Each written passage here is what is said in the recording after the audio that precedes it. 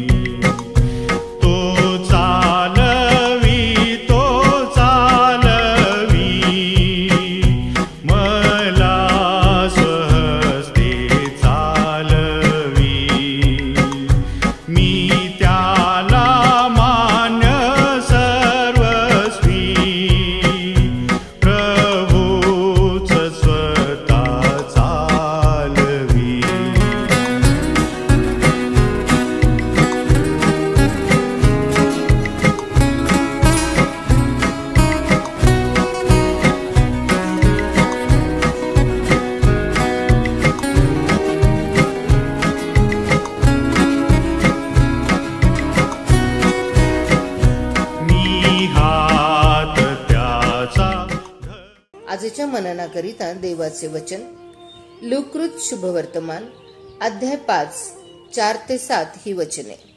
लूककृत शुभवर्तमान अध्याय 5 4 ते 7. आपले बोलणे संपविल्यावर त्याने शिमोनाला म्हटले, खोल पाण्यात हाकार, मग मासे धरण्यासाठी तुम्ही आपली जाळी खाली सोडा. शिमोनाने त्याला उत्तर दिले, गुरुजी, आम्ही सारी रात्र कष्ट करून काही धरले नाही, तरी आपल्या सांगण्यावरून मी जाळी सोडतो. मग त्यांनी तसे केल्यावर माशांचा मोठा घोळका जाळ्यात सापडला आणि त्यांची जाळी फाटू लागली. तेव्हा त्यांचे जे साथीदार दुसऱ्या मचव्यात होते त्यांनी येऊन आपणाला सहाय्य करावे म्हणून त्यांनी त्यास खुणाविले. मग ते आल्यावर दोन्ही मचवे इतके भरले की ते बुडू लागले. प्रभू परमेश्वर या वचनाद्वारे आजचा आपला दिवस आशीर्वादित करो. विश्ववाणीच्या आमच्या सर्व श्रोत्यांना प्रभू ख्रिस्तामध्ये सप्रेम सलाम. प्रियानो, आजच्या या दिवसामध्ये जो शास्त्रपाठ आपणासमोर वाचण्यात आलेला आहे, लूककृत शुभवर्तमान याचा 5वा अध्याय आणि यातील काही वचने जे आम्ही या ठिकाणी पाहतो, या वचनामध्ये प्रभू येशू ख्रिस्ताने आपल्या पहिल्या शिष्यांना जे पाचारण केलेलं आहे त्या संदर्भात आम्हाला इथे दिसून येते. प्रभू येशू ख्रिस्ताने काही शिष्य जे आपणासाठी निवडले, त्यापैकी काही शिष्य जे आहे ते कोळी होते, मासे धरणारे होते आणि प्रभूला ते त्याच्या सेवेसाठी आवश्यक असे होते. प्रभूला माहिती होतं की त्यांची परिस्थिती काय आहे, त्या शिष्यांची परिस्थिती काय आहे, कारण की हे शिष्य जे आहे ते रात्रभर मासे पकडण्यासाठी ते गेले, परंतु त्यांना तेथे काहीच मिळालं नाही. आणि म्हणून ज्यावेळेस संदेश संपल्याच्या नंतर त्याने पेत्राला आणि त्या शिष्यांना सांगितले की तुम्ही खोल पाण्यामध्ये मचवा तुमचा हकारा आणि मग मासे धरण्यासाठी तुम्ही आपली जाळी खाली सोडा. परंतु ज्यावेळेस ह्या गोष्टी प्रभू ख्रिस्त त्यांना बोलत आहे त्यावेळेस शिमोन जो आहे तो ताबडतोब सांगत आहे की गुरुजी, आम्ही सारी रात्र कष्ट करून काही धरले नाही, तरी आपल्या सांगण्यावरून मी जाळी सोडतो. पण या ठिकाणी एक महत्वाची गोष्ट आम्हाला दिसत आहे आणि ती म्हणजे की शिमोन जो पेत्र आहे त्यांनी प्रभू येशू ख्रिस्तावरती जो विश्वास ठेवलेला आहे, त्याला माहिती होतं की आम्ही रात्रभर कष्ट केले परंतु त्या कष्टाचं प्रतिफळ आम्हाला काही मिळालं नाही. परंतु ख्रिस्त म्हटलेला हा येशू जो आहे त्यांनी जे गोष्ट सांगितलेली आहे ते आम्ही करणं अत्यंत आवश्यक आहे आणि ते करण्यासाठी तो पुढे जात आहे. आणि आम्ही पाहतो की त्याने प्रभू येशू ख्रिस्ताच्या सांगण्यावरून ती जाळी त्यांनी पाण्यामध्ये सोडली आणि मग त्याचा परिणाम आम्हाला असा दिसून येतो. 6व्या वचनामध्ये सांगितलेला आहे की माशांचा मोठा घोळका जाळ्यात सापडला आणि एवढा सापडला की जाळी जी आहे ती फाटू लागलेली आहे. प्रियानो, या ठिकाणी आम्ही पाहतो की प्रभू येशू ख्रिस्ताच्या ज्या गोष्टी आम्ही ऐकत आहोत, ज्या गोष्टी आम्ही वाचत आहोत, ज्या गोष्टी आम्ही शिकत आहोत त्या अनुसार आम्हाला आचरण करणं अत्यंत महत्वाचं आहे. आणि आमच्या जीवनामध्ये तेच महत्वाचं आहे की आम्ही वचन वाचावं आणि त्या प्रकारे आम्ही चालावं आणि ते प्रकारे चालल्याच्या नंतर स्वर्गीय आशीर्वाद आम्ही प्राप्त करून घ्यावे. आज बऱ्याच वेळेस आम्हाला असं दिसून येतो की आम्ही वचन वाचतो परंतु त्याचं आकलन आम्ही करत नाही, त्याचं आचरण आम्ही करत नाही किंवा त्या प्रकारे आम्ही चालत नाही आणि कुठेतरी आमचे आशीर्वाद हे थांबलेले आमच्या जीवनामध्ये दिसून येतात. आणि म्हणून या प्रकारचे जे अडखळणं जे आहे, सैतानाचे बंधनं जर आहेत आमच्या जीवनामधून जर सोडायचे आहे किंवा सुटणं जर आवश्यक आहे तर वचनाला अनुरूप असं आमचं जीवन असणं अत्यंत आवश्यक आहे. आणि मी पुन्हा एकदा तुम्हा सर्वांना ही विनंती करेल की ज्या वेळेस आम्ही वचन वाचतो त्यावेळेस ते आपला स्वतःला वैयक्तिकरित्या ते लागू करणं असतं आणि त्या लागू करण्याच्या अनुसार आम्ही आमचं वैयक्तिक जीवन पाहावं की खरंच त्या वचनाच्या अनुसार मी आहे का. प्रभूने जे वचनं 4 शुभवर्तमानामध्ये जे सांगितलेले आहे त्या 4 शुभवर्तमानामध्ये आम्हाला त्या प्रकारे आचरण करणं अत्यंत आवश्यक आहे. आणि जर आम्ही त्या प्रकारे आचरण करत आहोत तर निश्चितच मोठे आशीर्वाद आमच्यासाठी आहे. बायबल आम्हाला सांगतं या वचनामध्ये ते सांगितलं की इतका मोठा घोळका त्यांना माशाचा सापडला की त्यांची जाळी सुद्धा फाटू लागलेली आहे. आणि होय प्रियांनो, ते आशीर्वाद मिळण्यासाठी भरपूरताईने ते आशीर्वाद आम्हाला मिळण्यासाठी एवढंच नाही तर आमच्याद्वारे इतर जण आशीर्वाद होण्यासाठी आम्ही प्रभू येशू ख्रिस्ताच्या सांगण्याप्रमाणे चालण्याचा आणि वागण्याचा प्रयत्न करू. प्रार्थना करूया.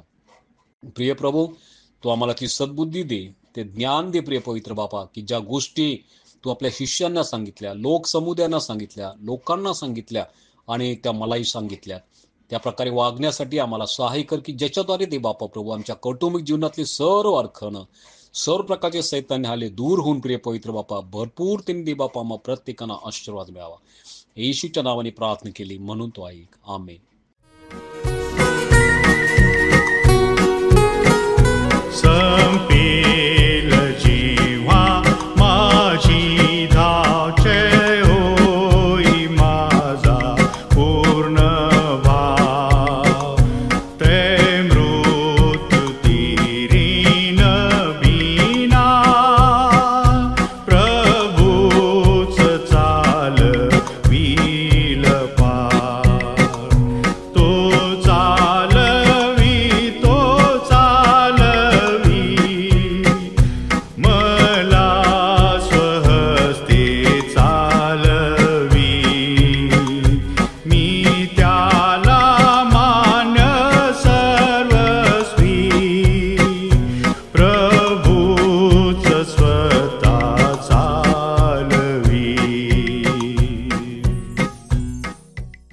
येशू हा पहा जगाचे पाप हरण करणारा देवाचा कोकरा. आता आपण आपल्या प्रार्थना विनंत्या कोणत्याही वेळेस विश्ववाणी प्रार्थना केंद्राला टोल फ्री नंबरद्वारे कळवू शकता. आमचा टोल फ्री नंबर 1-800-270-0333. आम्ही आपणासाठी या नंबरवर प्रार्थना करण्यास उपलब्ध आहोत. धन्यवाद.